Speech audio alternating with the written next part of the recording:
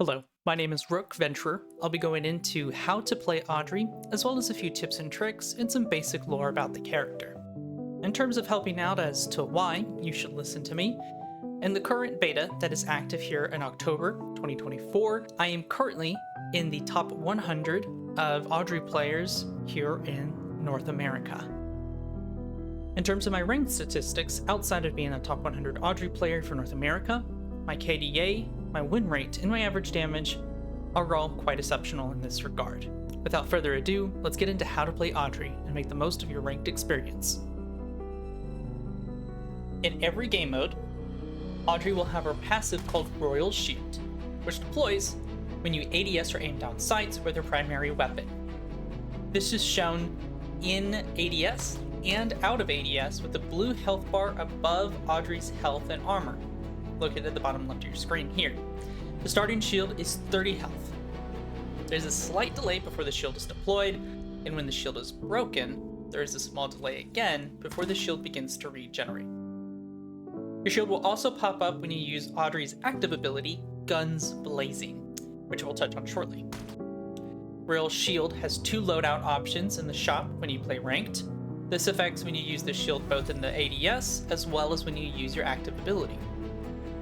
Max Shield will significantly increase your shield health.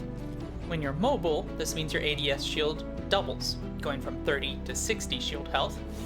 While using Guns Blazing, Audrey's active ability will grant you an extra 100 health, going from 150 up to 250 for your shield health. The active ability has Audrey enter into a controllable, stationary turret mode. Your shields will increase from 30 to 150, you have an increased fire rate, no recoil, and you can use an overheating mechanic instead of reloading. This active ability is available in Team Deathmatch, Escort, Demolition, and Ranked game modes. Although stationary, you can turn a full 360 degrees, with the only exception being dependent on your initial placement when you deploy. If you are too close to a wall or an inclined surface, you can accidentally affect your rotation. If this happens, you won't know until you are turning into a direction, and the game will lock you from turning further with a notification popping up saying unable to rotate. Audrey's ultimate skill, called Bombardment, allows her to use a grenade launcher that has 6 rounds. These rounds explode and then leave napalm on the ground where they're detonated. The ultimate rounds can bounce off the walls once before they land and explode, while directly aiming at the ground will have them instantly detonate instead. When an enemy is hit, they will take damage from the initial explosion, and a damage over time while standing in the napalm. An enemy will also take damage while moving through the napalm if they weren't originally in the area of the explosion. The damage from the fire, regardless, will promptly end as soon as they move off of the burning surface. For Audrey's awakened abilities, like all Superstrings, she has 3 awakened passive abilities. In the Escort game mode, these are more expensive options that you can choose to unlock by purchasing in the shop, while in Demolition and Ranked game modes, these passives are unlocked based off of the shop choices you can make throughout the game. Audrey's first awakened passive, Onslaught, grants her the overheating mechanic while she is mobile, the same benefit that she gets while using the active ability, Guns Blazing. This will work in any of the 3 firing modes available: hipfire, shoulder fire, or ADS. Audrey's second and third awakened abilities, Auto Turret and Field Ability, specifically affect her active ability, Guns Blazing. The second awakened ability, Auto Turret, allows you to set up a turret that will target and shoot enemies automatically. There's a slight delay as you hold down the active ability before it becomes detached from you. This leaves you with only your secondary weapon and grenades. You will take note that there is a dotted line circling around the turret on your minimap once you've completed placing it. This is the range that you're able to pick the turret back up into your inventory by activating the active ability once again. If you move outside of this range, you will not have the chance to retrieve your weapon until you move within range of this again. The third awakened ability, Field Mobility, allows you to use the active ability while extending tracks to the left and right of where you deploy. While deployed, with Field Mobility, you can move along these tracks, moving laterally, left to right, and you still keep the ability to turn and rotate 360 degrees anywhere along the track. Like all Superstring agents, you can only have 2 awakened abilities at a time. The first awakened ability, Onslaught, has to take up one of these 2 available slots. So you will have to choose between either having the auto turret or field mobility. Secondary weapon and grenades. Your secondary weapon and grenades should change depending on if you are on attack or defense, as well as which awakened ability you prefer or expect to unlock in the long game. For your secondary weapon, if you plan on using field mobility, I recommend using the Ember Spit or the Ninjato. Enemies will attempt to get close or flank while you are in the turret mode. These flankers will usually stringify or use the 2D mechanic really frequently in order to avoid getting hit by your LMG. Since they are usually both in close range and stringifying for either longer periods of time or frequently, this gives you a small advantage by using these two secondary weapons. Both the Ember Spit and the Ninjato deal an increased damage to stringified enemies specifically. However, if you do prefer to use the auto turret as your awakened ability over field mobility, you absolutely will need to choose a different secondary. You'll usually set up your turret to cover your flank anyway, so having the Athena or Stinger will give you a greater range while engaging in fights, and allows you a greater amount of damage output to enemies that likely aren't going to be stringifying when engaging you. For your grenades, one of them should always be the Interceptor, regardless if you're on attack or defense, while the other is dependent on the map. If you're attacking or defending in general preference, if you want to play it safe, then I simply recommend the combo of using the Interceptor and the Healing Grenade. The other strong option that I recommend outside of the Healing Grenade is the Slow Grenade. Being able to keep enemies from wanting to go into a certain direction, which allows you to focus on just one area, or forcing them to be slowed while you fire an entire magazine into them is deadly. Now that we've got the basics down, let's get into my 5 tips and tricks on how to maximize your output with Audrey. First, the common counter that can be done by any player is blocking Audrey's vision. Enemies will often smoke where they're trying to rotate around and through, especially when you're playing Audrey on defense. Instead of rotating or panicking, take advantage of this and shoot into the smoke, moving laterally, left and right, until you're able to get damage notifications. You'll be able to see how much damage you're doing to a shield, and after the shield breaks, how much damage you're doing to the actual flesh. You can follow a target even when they aren't visible to pump out a lot of damage, especially if it's a full team rotating. Another tip is related to the shop. I went over both of the awakened abilities, Auto Turret and Field Mobility, as options for Audrey. I strongly recommend avoiding Auto Turret as your awakened ability. If you have both unlocked, you can certainly try them and switch between to get adjusted to what you preferred for your own playstyle, but I will say that the damage output is significantly less than you can put out as the player when you use Field Mobility. And it also leaves you somewhat defenseless by forcing you to be dependent on your secondary, which, depending on your loadout and your accuracy, can put you into a bad position. For the third tip, do not be afraid to use Audrey on attack. She is a Sentinel character. By all means, she's very strong on defense, but you can prevent flanks from characters like Bimo that could otherwise wipe out your team if left unchecked. Additionally, once your team plants the bomb, you can easily lock down the site and prevent a defuse. This leads to a little mini bonus tip. Try not to be the bomb carrier. Don't use this to be a jerk to teammates, no one else will do the job, of course. But since when you are on attack, you'll likely be holding a flank from behind to prevent that sticky, tricky Bimo, or you're going to be needing to set up to help protect the bomb once it's planted.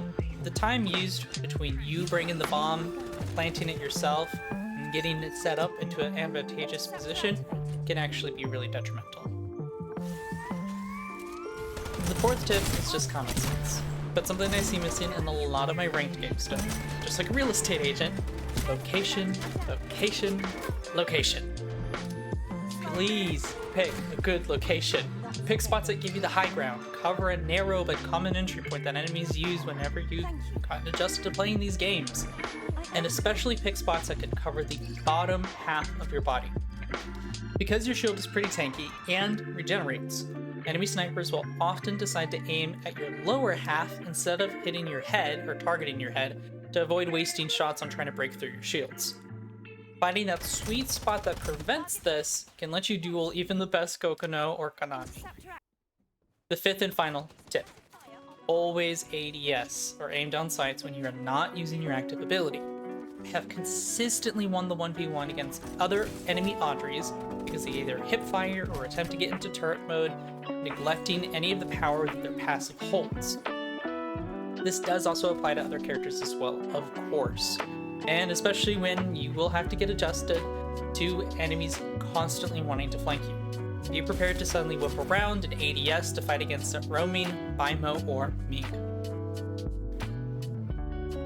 You know how to play Audrey, and you know a little extra to honor the Grove family name.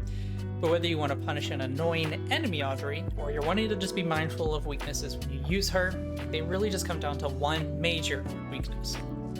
Audrey has a massive mobility issue. Strinova is a game where characters can turn 2D, climb on walls, teleport, dash, and glide across the battlefield. Audrey stands perfectly still in the early rounds of ranked when you use her utility, and in later rounds the only upgrade to combat this comes from unlocking field mobility. As such, Audrey can be a sitting duck, a fish in the barrel, dead in the water as one might say. If an enemy team has 2 decent snipers, you will likely lose shields or get dropped before you even have a chance. Another common situation is fragging you out. I recommend always having the interceptor for this reason especially, both in attack and defense. If you do time the interceptor wrong, however, some teams who are able to will chunk 2 to 3 to 5 frags near where you're set up. Unfortunately, with the time to get out of your active turret mode, you'll likely get knocked down and killed if the enemy is well coordinated. The other 2 weaknesses I've already touched on briefly. Again, the mobility is the biggest one that you're going to have to get accustomed to. But the other 2 weaknesses are vision blocking abilities and flankers.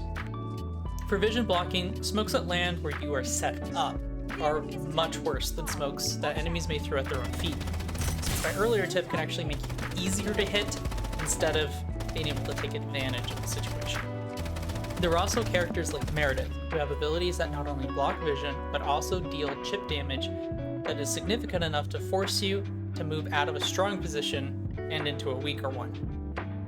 Finally, flankers like Bimo, Ming, Fuchsia will completely ignore any benefit you have to your shield if you do get hit in the back, or if they are able to get off the headshot in the back, you'll be dropped very quickly.